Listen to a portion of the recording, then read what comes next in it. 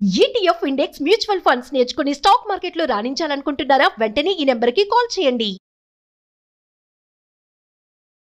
నమస్తే రమగారు. నమస్తే జయ. రమగారు, మంచి స్టోరీ చెప్పుకుందామండి.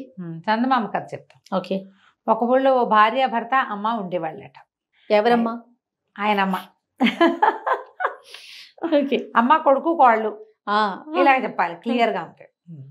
అయితే కోడలికి అత్తగారి మొహమే గిట్టేది కాదట.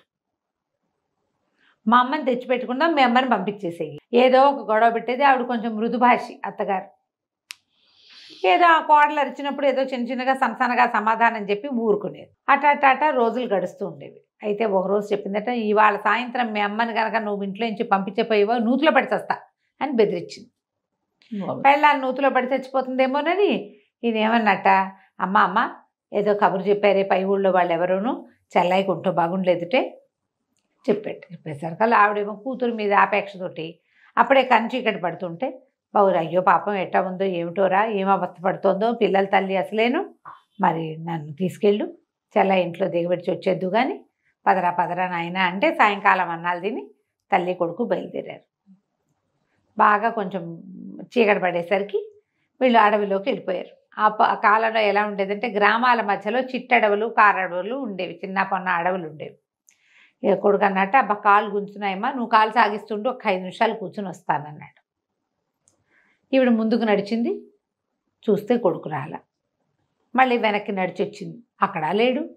ఏ చెట్టు దగ్గర నుంచుని కూర్చుంటానని చెప్పాడు, లేడు. ఆవిడకి ఏం చేయాలో అర్థం కాల. చీకటి, మనిషి తోడు లేకుండా లాంతర్ లేకుండా ఎట్టా వెళ్తుంది.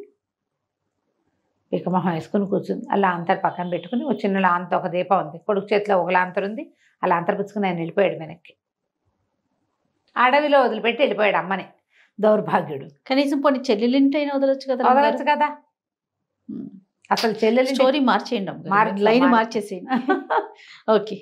అక్కడి నుంచి ఏమైంది, ఈవిడ పికమొహం వేసుకుని కూర్చుంది, చెట్టు కింద కూర్చుంది, కళ్ళ నీళ్ళు వస్తున్నాయి. నేను చేయాలి, దుఃఖంగా ఉంది. ఇంతలో ఒక కాలంలో ఒక మనిషి వచ్చాడు అక్కడికి.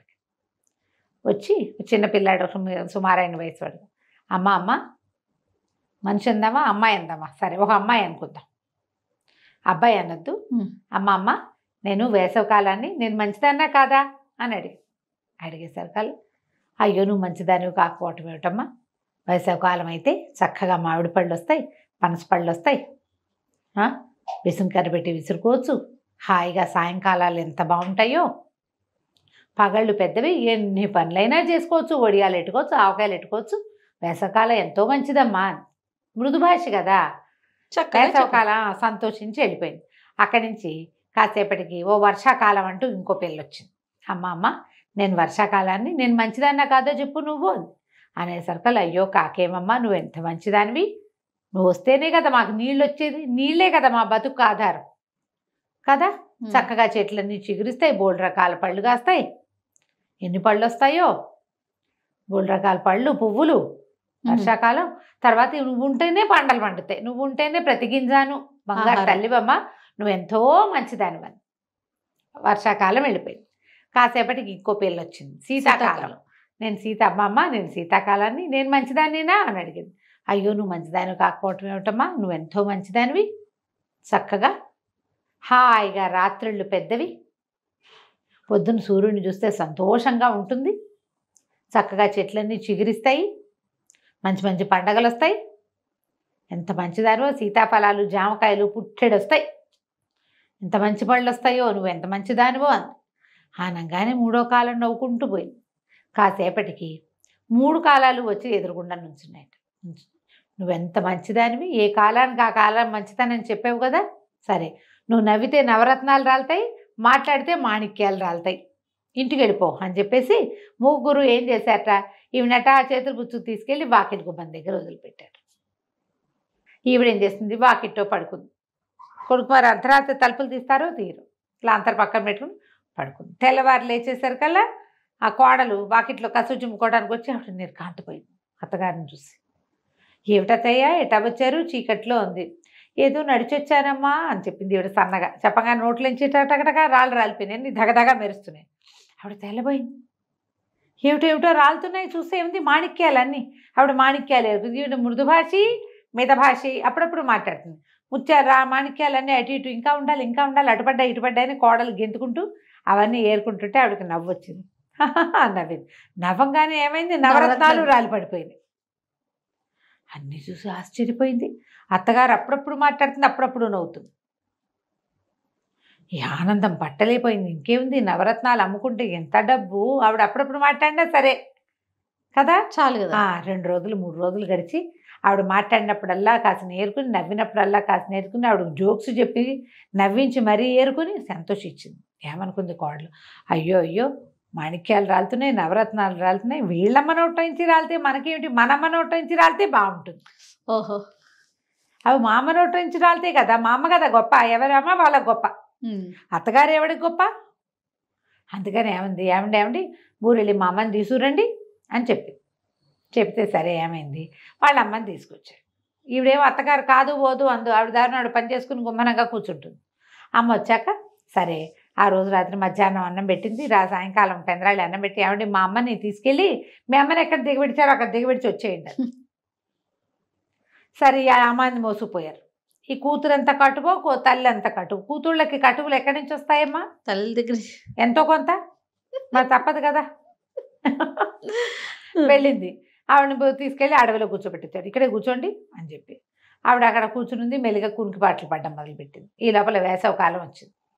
ఏమండి ఏమమ్మా నాకేసి చూడు, నేను వేసవ కాలాన్ని నేను మంచిదానేనా అంటే, నువ్వేం మంచి గడదు గుడ్డు, ఓహి ఎండ, ఈ చెవి గాడిప ఆ చెవి కొడుతుంది, దిక్కుమాలిన ఎండాకాలం ఎప్పుడు పోతుందిరా దేవుడా అనిపిస్తుంది, ఒళ్ళంతా చెమట, ఒకటే గాడుపులు, పడగొట్టి చచ్చిపోతారు తెలుసా మనుషులని అనగానే వేసవకాలానికి ఒళ్ళు మండిపోయింది.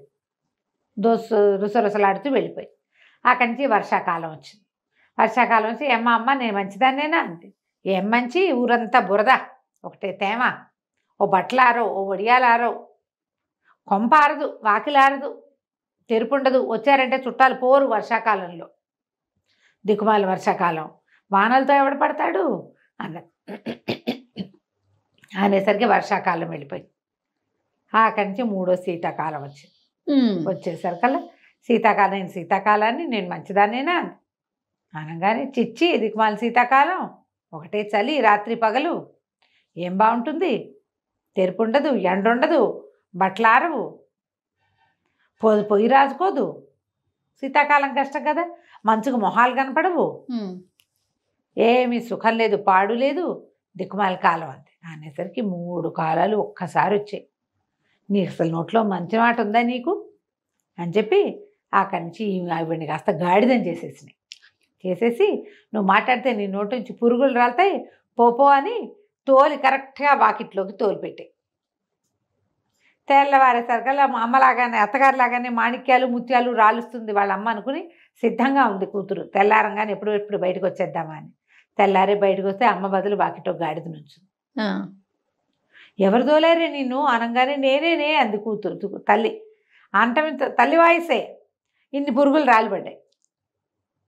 అడిలిపోయింది. ఏమిటి అమ్మ ఇట అయిపోయేవేమిటి, ఈ పురుగులు ఏమిటి అంటే, ఆవిడెవరో 3 ఆడపిల్లలు వచ్చారు, మేము ఆ కాలాన్ని ఈ కాలాన్ని అంటే, నేనేదో నాకు దోచింది నేను చెప్పాను, 3 కలిసి నన్ను గాడిదగా మార్చి నోటి నుంచి పురుగులు రాలుతాయంటే వాకిలంతా పురుగులు మయం. చీపురేసి ఊడ్చుకుంది కోడలు కూతురు ఊడ్చుకుని, చిచ్చి మా నమ్మ నోరు మంచిది కాదు, నాకు కూడా అదే పోలికొచ్చింది, అత్తగారితో సంతృప్తి పడితే ఒట్టి అమ్మైనా మిగిలేది, ఇప్పుడు గాడిదమ్మని ఏం చేసుకోను అని లబలబలాడుతూ బోల్డంతా దుఃఖించింది. కాలాలని దూషించకూడదు, ఏ కాలానికి ఆ కాలమే. అవన్నీ మనకు ఉపయోగపడేవే. కథ రూపంలో చెప్పినా, ఇది ఎవరో అత్తా కోడళ్ళ కథ చెప్పారు కానీ మనకి చెప్పాల్సింది సీజన్స్ని తిట్టకూడదు. అవి ఉంటేనే మన జనన మరణ చక్రాలు, ఈ జీవన చక్రం నడుస్తూ ఉంటుంది. ఈ కాలంతో ఇబ్బంది, ఆ కాలం అయితే బాగుంటుందంటే, ఏ కాలమైనా ఎప్పుడు ఇబ్బందులు ఎప్పుడు ఉంటాయి, సుఖాలు ఎప్పుడు ఉంటాయి, అవన్నీ మనకు అవసరం కదా. అవును, అందుకని కాలాలను తిట్టకూడదని పెద్దవాళ్ళు చెప్పే కథ ఇది. చాలా బాగుంది. నమస్తే. నమస్తే.